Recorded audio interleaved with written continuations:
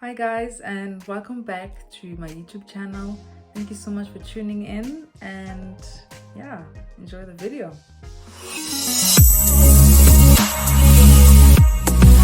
Thank you guys for tuning into this video. As you can see, there's quite a bit of a change.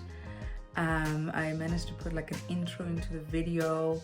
A physical difference is that I got new glasses, I can see better now, I look more cuter. And today's the first day of winter. I don't know if you guys are aware of that. It's the 21st of June. Today marks the first day of winter.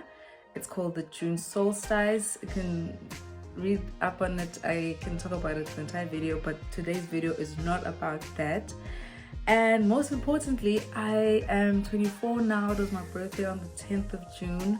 I couldn't shoot anything from the last video till now because just as I was telling you guys on the previous video that I'm healthy now, I'm getting better, some weird energy was trying to have like some fun with me, and I was back to feeling sick again, and actually worse than what I was before. But hopefully, I'm not gonna say anything because I feel like I'm gonna jinx it. Hopefully I will keep continuing to shoot and be consistent with you guys. But as for my current state right now, I am doing very good. So yeah guys, thank you so much. So guys, today's YouTube video is all about it's a get to know me tag, sorry. So that's what I'll be doing on today's YouTube video. So stay tuned, and I will be going through the questions that you guys asked me on Instagram, and I will be answering them now on my YouTube video. So yeah, thank you so much for the participation, for the people who did ask questions. Thank you so much. Okay guys, let's get straight into the questions. So the first question is, how are you balancing everything? How are you balancing everything, ma'am? Being a mom, student, and a wife/girlfriend. Guys, I don't know how I'm doing it. Every day it's a new day. I just take every day as it comes.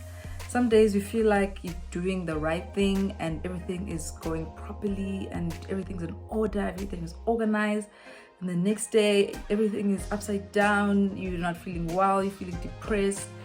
But I try to write down things I need to get done for the day, and I think that helps a lot in making me feel good about my day and every aspect, from my baby to my schoolwork to my partner. I try to document everything down and try to achieve everything at the end of the day. Sometimes I don't, and then I feel ugly afterwards, but it helps me to at least have an idea of what I need to do with my day. So that's how I managed to balance everything. First semester, I was not balancing anything at all. My schoolwork was trash. I was just chasing deadlines. I had no idea what's happening with school. But it's not the case now. I didn't want to be like that for the entire year. So yeah, everything is quite balanced for today. Question number 2 is, what is your partner's star sign? My partner's star sign, he's an Aries, born 26 March. Yeah, he's a fiery Aries, fire sign, and I'm a Gemini. So I'm air and he's fire, so it combusts. It's a good explosion. Sometimes not in the best sense, but yeah, it works. Okay, question number 3 is, what is your favorite car brands and why? I'm not a car person. I don't know cars like that, and you'll probably be disappointed by my answers, but let me just answer it anyway. My favorite car brands. Okay, I like Korean cars, so like a Kia. I've always wanted a Kia as my first car in high school. Didn't get it, but I always wanted it for my first car. And maybe another car, maybe BMW, maybe 8 Series, 8 Series, yeah. And maybe like some sort of luxury car, if I can mention, is maybe Rolls-Royce Phantom. Yeah, those are the only cars, guys, that I can think of on top of my head. I don't know anything serious about it. I'm not a cars person. Like, I just want a car that goes. Like, I'm that person. Takes me from point A to point B. Utinjani, no, that's not me, but that's the best I can give this answer. Question number 4 is, if you had more courage, what would you do differently in your life right now? My biggest flaw is that I'm an overthinker, and I overthink to a point where I can't get myself out of this dark place. So if I could do something differently, I would definitely would be able to chase my dreams without having to overthink everything. Just do it, because sometimes overthinking, it paralyzes you and it stops you from doing so many things because you've thought about the most negative outcome, even though it's not going to happen, and then it takes you steps back. So I wish I could just be able to not overthink and just do it. Yeah, that's what I would do differently. Number 5 is, what are your pet peeves?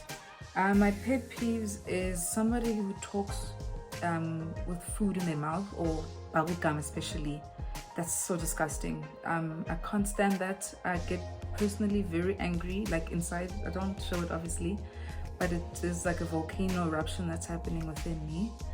And number 2 is somebody saying, like, you must calm down. Like, say you're having a situation and somebody tells you to calm down. Nobody in the history of whatever has calmed down after somebody's told them to calm down. So I feel like it's a waste of time to say that, and it only makes the situation worse, you know? I hate somebody who tells you to calm down. It's almost like also writing off how you're feeling at that time. Like, what you feel at the time is irrelevant, so you must just calm down. Stop it. Like, stop being such a nuisance. And lastly is like somebody who stands like too close to you, especially like in a queue, and somebody's like on top of you. I hate that. I hate that so much. And I'm so happy that there was social distancing now, but it doesn't look like it's changing. Like, it's still the same thing. Like when you had Pick n Pay, somebody thinks that they're getting closer to the line by touching you, like being on your back. Like, I hate that. Yeah, those are the top 3 things I can think of on top of my head. So, loud chewing, being told to calm down, and standing too close to me in a line or in whatever circumstance. Number 6 is, what have you learned about yourself since motherhood? I've learned that I can be organized, I can be consistent, and I can provide, like, I can be somebody who's very loving, actually. Yeah, I think I learned those things through my child, because not that I've never been, but consistency has always been such a problem. It is still in other dimensions of my life, but it's super proper with my baby. And organization is such a key thing to have in parenthood.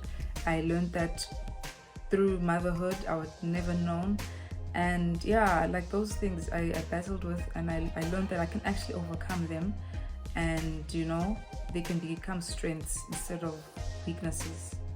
Number 7 is, what is the first book you remember reading?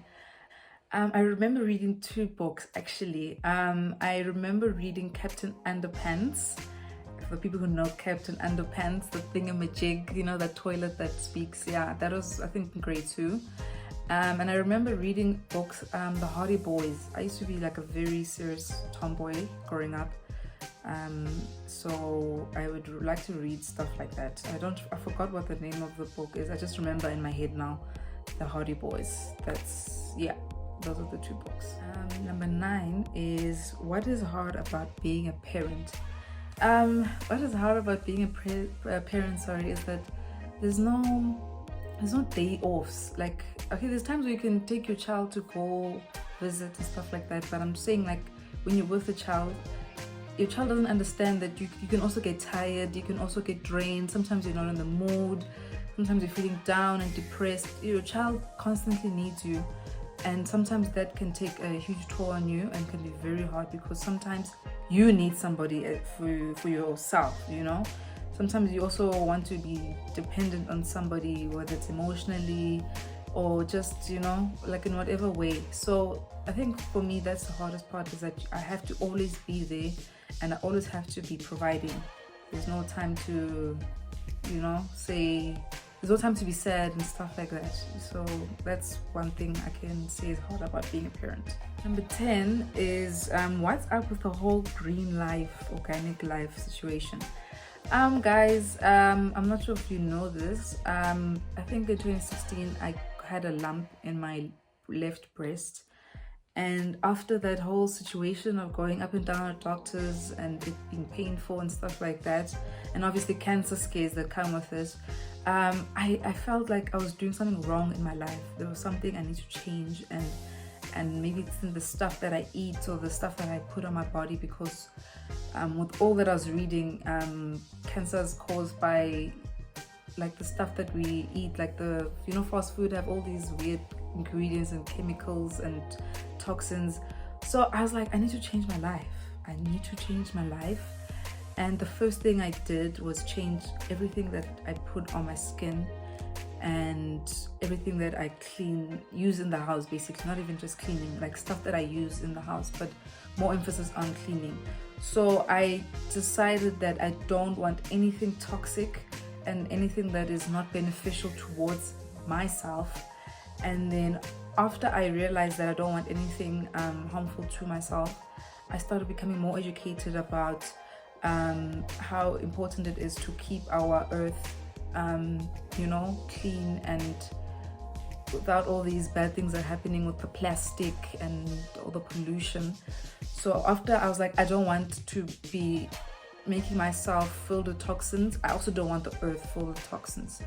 So that's how the whole organic green life thing came about, and I've just been learning every single day things that come with it. I still don't know everything. Like as you see me now, I don't know everything still. I'm still learning. There's still some things that haven't changed that are still toxic, but it's a journey that I have told myself that I'm going to be on.